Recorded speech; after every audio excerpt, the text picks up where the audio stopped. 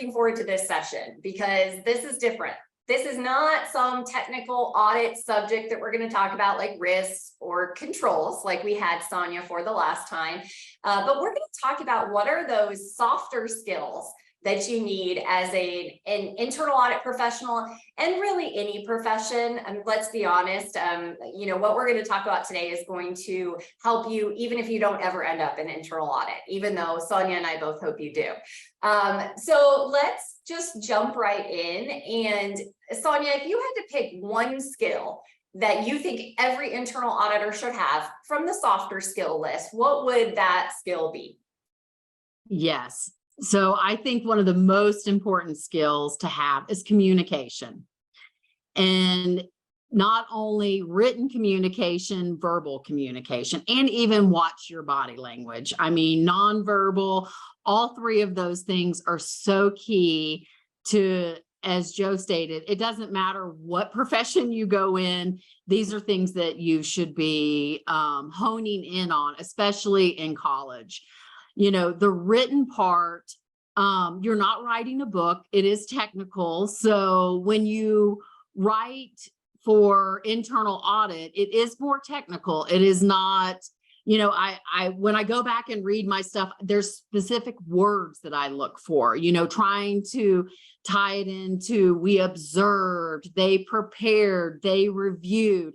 Like it is very technical writing. It's not, you know, you're not writing about you're sitting on a beach and watching the sunset, you know, so words, we're not, I joke that attorneys get paid by the word. So sweet and concise, I think is good in written communication, but, you know, honing in on your written communication is key, as well as speaking, you know, speaking to the client. Utilize being in college to get up and do public speaking because you're going to have to present to clients. You're going to be presenting to maybe in situations that are uncomfortable. So go ahead and get used to it. I know that, you know, the internal audit program at Metro, you present to the board at the end, and that gets you used to being in a situation where you may not be comfortable and you have to present results, but that's the real world, whether we're doing it to the auditee or going to the audit committee and board. I think having that skill set is so important. So hone in on that, don't run from it, and try to do as much as you can in school, because the more you do it, the more comfortable you get. And just remember, my speech teacher told me this, you're the only one that knows if you mess up in a speech. Don't get upset at yourself because no one else knows what you were going to say. Mm-hmm. So just own it. And if you do stumble, say, oh, you know, excuse me or whatever. People don't judge when you're speaking publicly. So try to get over that fear, because I know it is one of the biggest fears out there is speaking publicly. Embrace it. It will go a long way in your career because you're going to have to do it. Yeah. And on that note, I do want to do a plug for the internal audit profession, or risk assurance and advisory, as we call it here at MSU. We get to speak to all levels of organizations. And I know Sonya can tell you, I mean, she's speaking to CEOs and, you know, chairmen of boards, and then, yeah, you're speaking to staff accountants, but we get such a variety in our career that you do need to be prepared to have a conversation at various levels. And I think that that's something that sometimes we forget to say, right? But early on in our careers as auditors, you're talking to some pretty high level people. So good to have that experience. And I'm just going to plug in, Sonya, if you have any other tips, you know, in today's world, we do a lot of emailing communication. So when people say, oh, you know, even in external audit, there's not a lot of writing. Internal audit, there certainly is more writing with reports and memos, and we've got modules on that for that reason in this course. But everybody writes emails, right? And so being able to have that good, professional but concise written, you know, ability, I think is just something we definitely need in the real world. What do you think, Sonya? Oh, I agree with that. And to get our team comfortable with that, because it is intimidating when you're first starting to do it. So with our interns and our staff, I still do it. So it is good to have a second set of eyes look at emails. So before you send an email, sometimes if you feel you need to have a second set of eyes look at it, definitely ask someone, hey, especially if it's an email that you're having to communicate something that the person may not take very well. Yep. Because we do communicate potential findings and stuff, in the audit. So having someone look at your tone, because we do communicate a lot through emails and they may misconstrue your tone. So don't hesitate to have someone read your emails. It's not bad. I mean, even at my level, at a director's level, I still say, I'll have, my senior manager take a look and make sure it sounds okay. So just know it's okay to ask for help if you're struggling with the communication, or even if you're not and you think it's good, just have a second set of eyes look at it.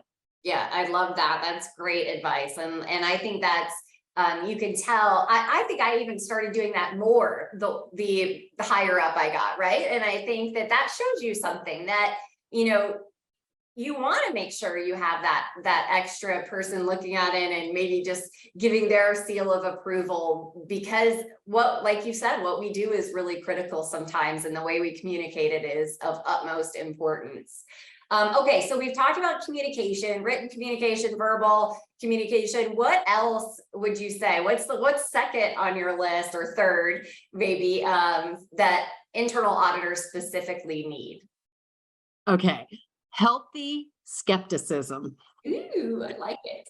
So, we have people giving us information and we're looking at their information. And sometimes the information, when you start looking at things, dates, and, just make sure that what you're being provided, like back to communication, you don't want to go to someone and be like, this is wrong.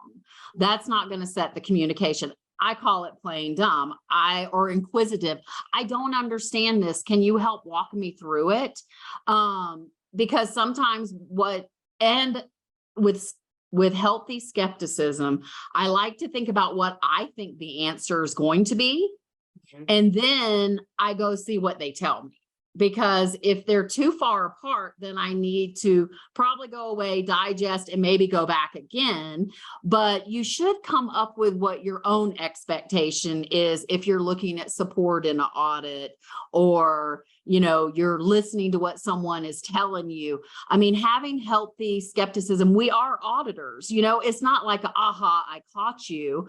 But, sometimes clients are very, they want to do the right thing, but then they don't want to get in trouble. So there's a fine line there of us having that healthy skepticism and coaching them. Hey, it's okay, because people are like, oh, I have a failure. I'm a failure. No, you're not a failure. And a lot of times, when we find stuff, maybe they've already determined it somewhere else in their processes, and they can say, oh, well, yeah, that was wrong, but I found it over here. So it's just, back to the communication piece, building the relationships with people so that they know they can talk to you and be honest. And, then you taking that skepticism and applying it to the standards, because we don't want to do anything that's not ethical. And we need to coach our clients because we want to make sure that they understand, it's okay to make mistakes. We're human. We make mistakes. They make mistakes. So it's just own it and explain it, learn from it, and move forward. Yeah, I love that you're humanizing what we're doing, right? And making them not, I know we always say this, not see us as a bad cop, but we're a person, we're acknowledging they're a person. It's okay if you do things wrong. We're not here to catch you. Actually, you kind of hit on one of my favorite things to say. I say auditors, it's not about catching, it's about coaching, because it really is. We've got to shift that gear to just getting them to learn why they need to do things differently. And another thing, another word that I'm just going to throw out there, it goes right along with your healthy skepticism, is stay curious, right? I mean, and I think it is, not looking at it as we don't know, and, we should be, ashamed that we don't know. It's that it's okay to be curious and to learn constantly. So I always liked explaining it that way too. And it's okay if you don't know it, that you can ask the question, because we don't know everything.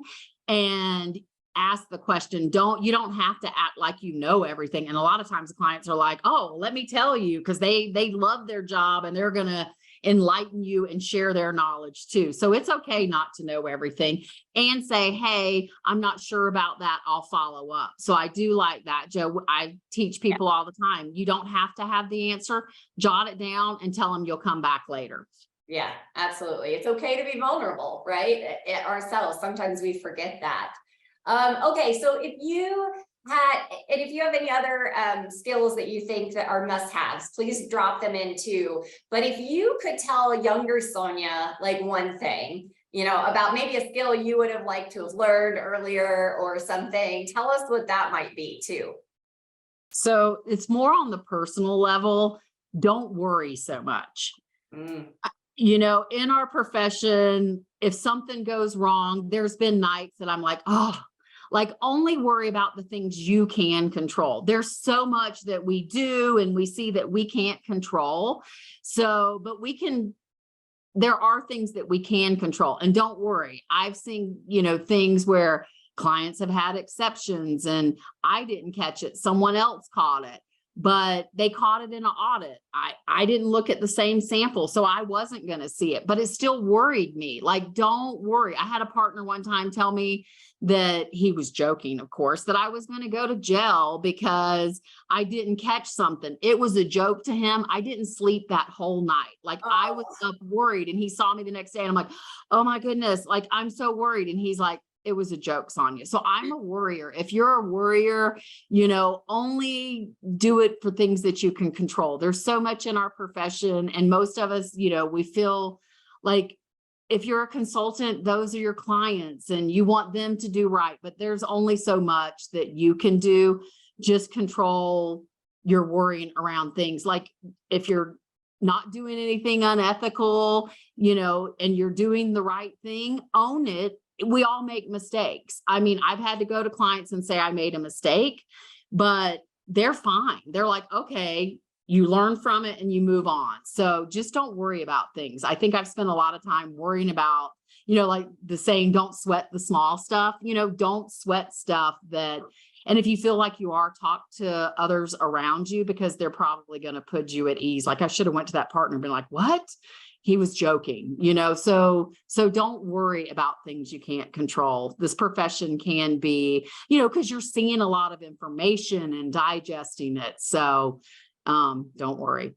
We do put a lot on our shoulders. So I really appreciate that advice. And you threw it in there at the end. I was going to say, I think talking to somebody else is literally the best thing you can do, because just saying the words out loud sometimes helps a little bit. And somebody else in our profession, a lot of us have been through the exact same thing. So that's another reason to use your network and talk to your peers.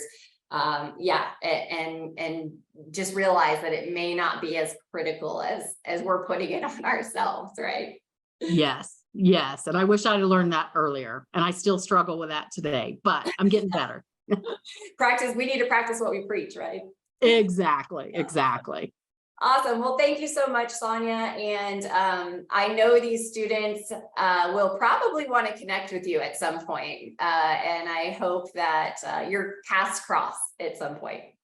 I hope so too. And in closing, I would just like to say, I am a Metro alum. I was very involved in the ASO. Get involved. As Joe stated, I'm involved in boards. You get a lot from it. There's camaraderie. You network. You get to know professionals. You get to know your other peers who are going to be with you in the workforce for many years. So do get involved. It is a great thing. And I was glad to be here with you all today. Thank you. Thanks so much. And we appreciate all your wisdom. Thanks, Sonya. Of course.